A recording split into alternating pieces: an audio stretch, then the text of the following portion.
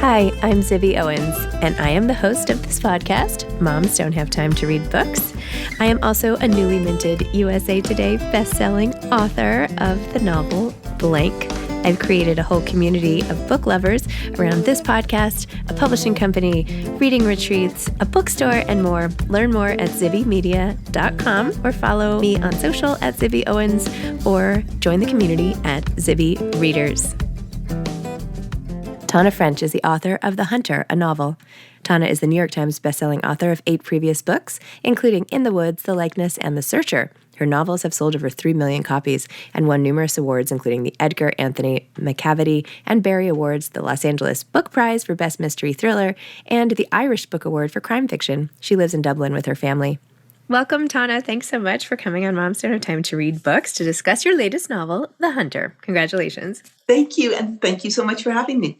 My pleasure. For those of you who are just listening, you will not know that the cover of Tana's book is basically the same exact color as her hair, which is impressive. They are both a beautiful, sort of orangey red, glimmery confection. I don't know. Okay, so Tana, tell everybody, what is The Hunter about?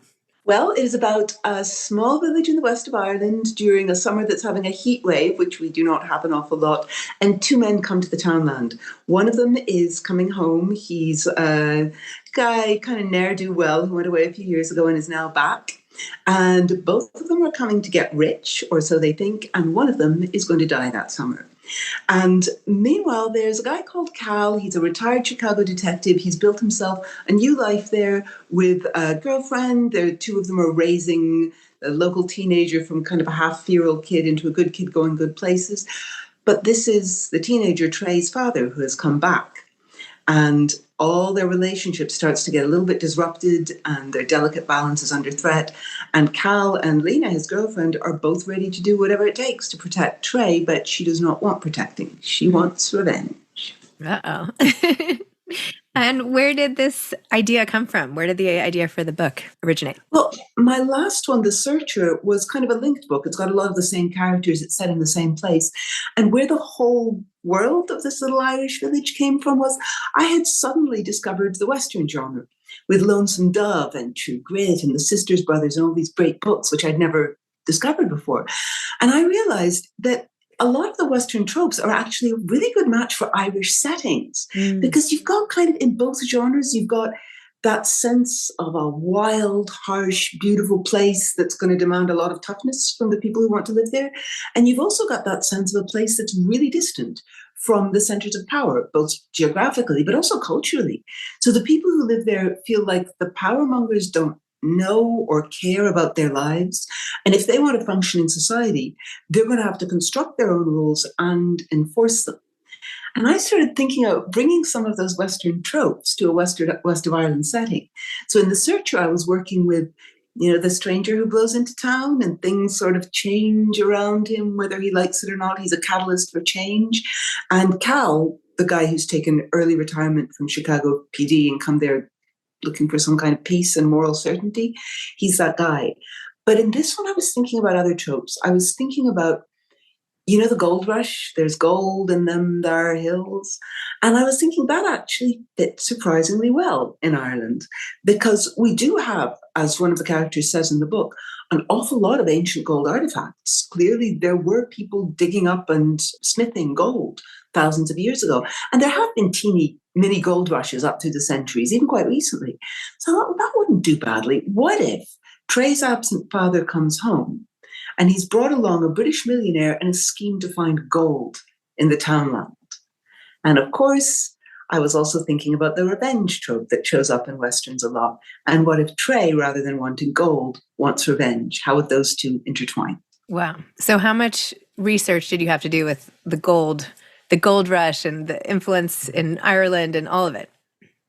It's a lot of fun, actually, because I hadn't really thought very much about it. I've been to the National Museum where there are all these incredible ancient gold artifacts. Those torques, those collars, beautifully worked, and earrings and brooches and just amazing stuff. But I hadn't really thought about them in that light until I started researching this book and went, okay, is there any sign since? And yes, there is. There was like a little mini gold rush in Wicklow in the 1840s. Within the last couple of decades, there have been people applying for licenses to dig for gold in the mountains. I was going, geez, I had no idea. We're all sitting on top of gold mines for all we know. Wow. When you started getting into Westerns, was it just reading? Was it TV? Like, how immersed did you get in this whole world?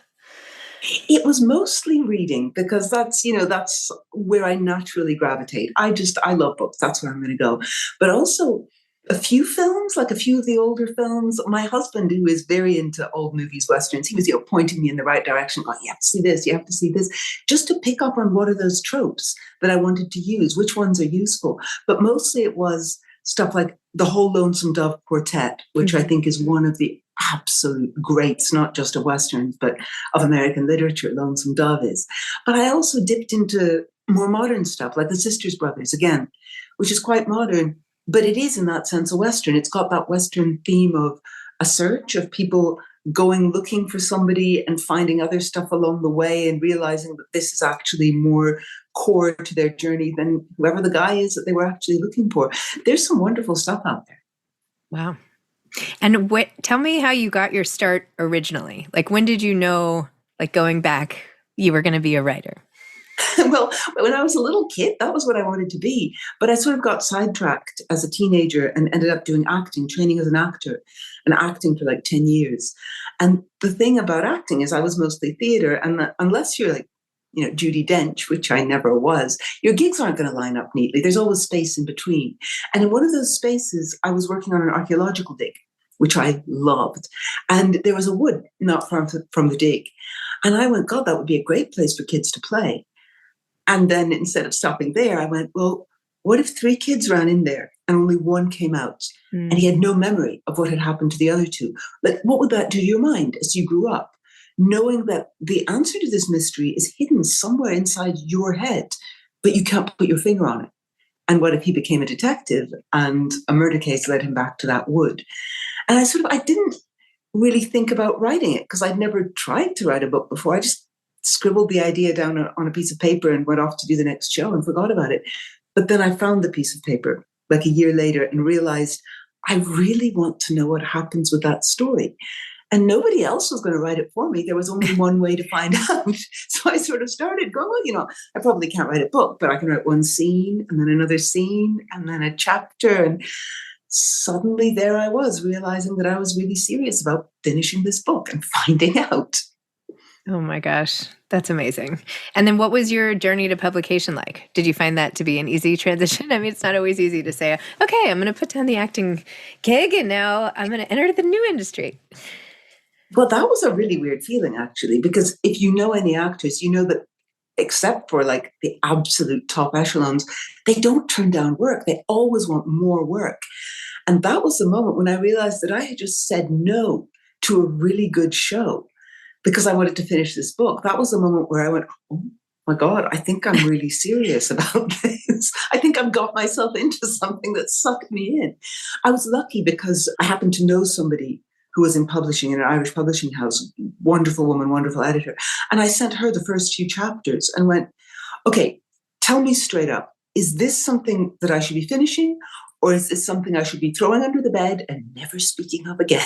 Just tell me that. And she went, no, finish it. And gradually it went from there, step by step. So I got lucky, I think. It happened to land on the right desks at the right moment. I was very lucky. There are a lot of really good writers out there for whom it takes a long time for that to happen. And then how about coming up with subsequent ideas? Were they as gripping as your first one, or have you been forever searching for something quite as intoxicating? Well, I think one of the things that makes people into mystery writers is that at some level, you're always looking for a potential mystery in even the most mundane things. Like that, it's a wood. Normal people stop at, hey, that would be a great place for kids to play. But if you've got a mystery writer head, you're saying, how could that be mysterious? What could underlie it that would be a mystery? And so most of the ideas for my other books have come from things that are equally sort of everyday stuff. Like for Faithful Place, I was walking home and there was an old blue suitcase in a skip. I don't know, would you call it a dumpster? outside the house that was being cleared out, where those great big bins. Yep. And there was an old blue suitcase. And I started going, wonder how long that's been there. I wonder who left it there. I wonder if they were going somewhere. Maybe they never made it there. And suddenly you've got a book. And, Broken Harbor was because we had mice in the flat where we were living. It's little stuff and trying to find mysteries all the time. So funny because I don't come from a mystery writer brain at all. So when I see a wood, I'm just like, oh my gosh, I hope there's not like some terrible animal that's going to come get me. I better stay away from there. And I like turn and run. So I'm like too worried to even make any stories up to scare myself. Stay far away from them. And somebody else can go deal with the animal. Yeah, exactly. Yeah. That's amazing. So when you piece together your book scene by scene, chapter by chapter, is that still the way you do it as how you started in the beginning, where you take little pieces of it? Or now do you plot out everything and sort of, put things in as you see fit? Like, what is your process? No, it's still basically the same as it was back then. I start out with a really clear idea of the main character. I think it might be because of coming from an acting background. I need to be very clear who the character is, that I'm working from their perspective. I start with a clear idea of the main setting and with a really basic premise, like that with the woods. And then I just sort of dive in and figure it out as I go. It is a bit scary because I know writers who have it all plotted out. They know chapter by chapter, beat by beat. And for them, they know there's a book there. They know all the loose ends are going to tie up, all the threads are going to make sense. And I don't know that. And I'm always aware that I could dive in there someday and the equivalent of hitting my head on the bottom going, uh-oh, there's no book there. What do I do now? But I think I have to do it the same way I did, where I'm writing because I really want to find out what happens. And do you ever miss acting?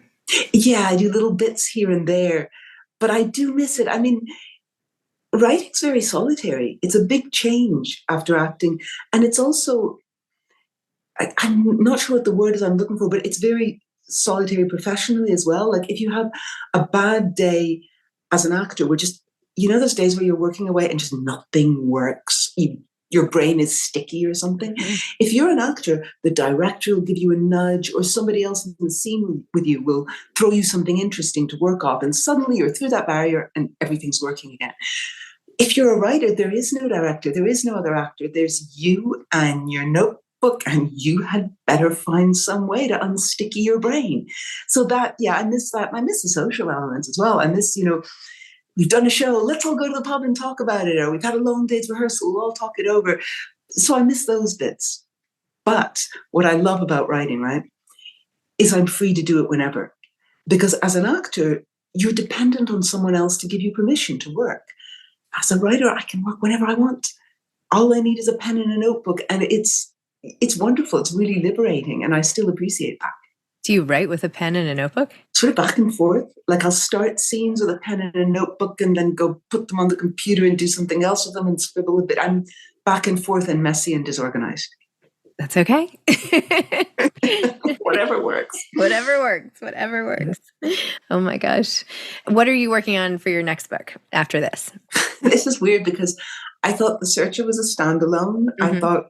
And then I was just enjoying that whole mystery software on Western hardware feel so much that I ended up doing The Hunter. And now I'm realizing that whatever arcs I've set up between the two of those books for these kind of linked books within this one village world, those arcs aren't complete, like the themes or whatever the characters are doing. So it seems to be turning out to be a trilogy, which is not what I expected. But I like those people. I like that setting. I like the chance to spend a little longer there. Oh, I love that. It must be nice sort of tapping in, reuniting, that's the word, reuniting with your characters again, right? It can be sad saying goodbye, so. Yeah, it kind of can. And especially these books I don't think are as dark as some of my other ones. These are all, basically the main characters are all people who care a lot about each other and are trying to do that well. And it's not always an easy thing to do well, but they are really doing everything they can to do it right and be good to each other. And that's a nice world to be in. That is a nice world to be in. So when you're not reading old Westerns, what are some of the things, what's on your nightstand right now? Oh, I got lucky. I got a sneaky early copy of Amor Towles' short fiction collection, Table for Two. And I loved Lincoln Highway. I loved Gentleman in Moscow. And so this was like, oh, major treat here. And unsurprisingly, it's great. It is wonderful. Did you read his earlier one, The Rules of Civility? Yes, love that too. But I felt a kind of special attachment to Gentleman in Moscow because that's where one side of my family comes from. It's the whole Russian aristocracy world. And my mother gave me the book going, if you want to understand that side of your family, read this book. She was absolutely convinced that the author had to be from that background. And apparently, no, nothing at all. He's just really, really good at immersing himself in a world and making it come alive. Wow. So how much do you know about your history in the Russian aristocracy? Not an awful lot, really, because, it's one of those things where obviously if you were Russian aristocracy, then in the last 100 years, you have not been that at all. So, right. There's nobody left in Russia, no connections left back there, no places to go back to or anything. I don't even speak Russian, which I feel really guilty about, but not much of a connection left except old photos and bits and pieces. And not a lot. No. Do you ever read like totally off genre? Like, I'm just in the mood for a rom-com or just something like totally unexpected? Yeah, I do. I like all kinds of stuff. Like, I don't really stick too hard to mystery. I think partly because I like books that mix genres up anyway. Yep. So I'm going to be reading a mix of genres. Yeah, I like, historical romance. I like Georgette Heyer, for example. I read a certain amount of kids' books because I've got a certain amount of kids. Like mystery and Western and just a mix of stuff. Yeah, I'll try anything. A lot of literary fiction and Joseph O'Connor, for example, Shadow Play was one of my great books of the last year. Yeah, bits of it all. Have you managed to raise readers and writers? Readers, definitely. They're not at the point where you can tell whether they're writers yet, although one is absolutely determined that that's where she's headed. And yeah, no matter how I try to convince her to go get a job, she's not writing all the way. My son just came home with this book. He's 9. It's like 2 pages, but he wrote it in school. It took like this whole year. And I was like, oh my gosh, I think you're going to be a writer. And he was like, great. Like, he's like, I want to be a writer. Like, you're a writer. And it was like the cutest thing. I was like, this is literally better than anything that could ever happen. It is kind of wonderful, isn't it? Especially when you're going, but that's lovely. What you wrote is lovely. You're sort of delighted and sort of proud. And then this other part of me is going, child, rebel against your parents. Be an accountant, for God's sake. I don't know. I took accounting. I wouldn't wish that on somebody who really wants to be a writer. I think it's like that was tough. That was like the worst class I think I've ever taken. I mean, that's not how my brain works. I'll just say that. Mine neither. Definitely not. Very much not. So what advice would you give to aspiring authors?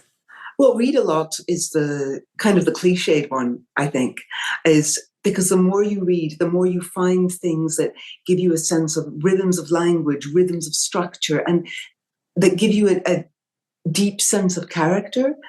And I think also my big one is, I'm not sure this is for everybody, but be true to your characters. Like if your characters wouldn't do X thing, then even if you need X thing to happen for the plot, don't force it that way. You're going to have to find another way around it. The other one is cut the dream sequence. My husband has a thing about the dream sequence, right? And he's my first reader. He's really good structurally because of being a film guy. Like he directs films.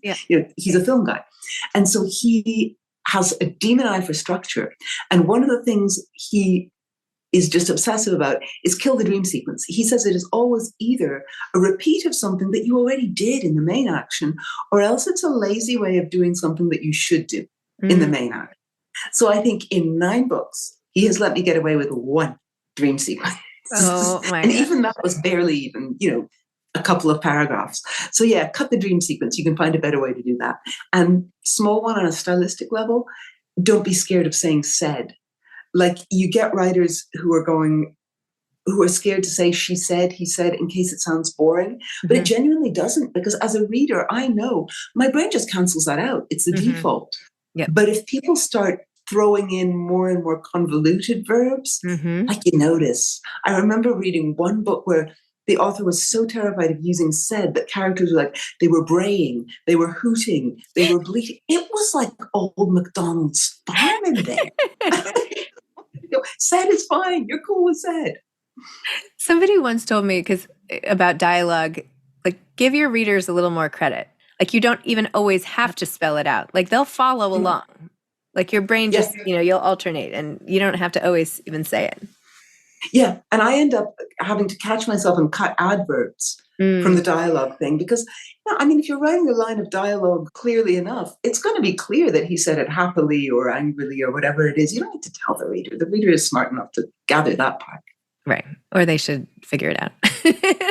Or I should write the dialogue better. Or you should write the dialogue. That's so funny.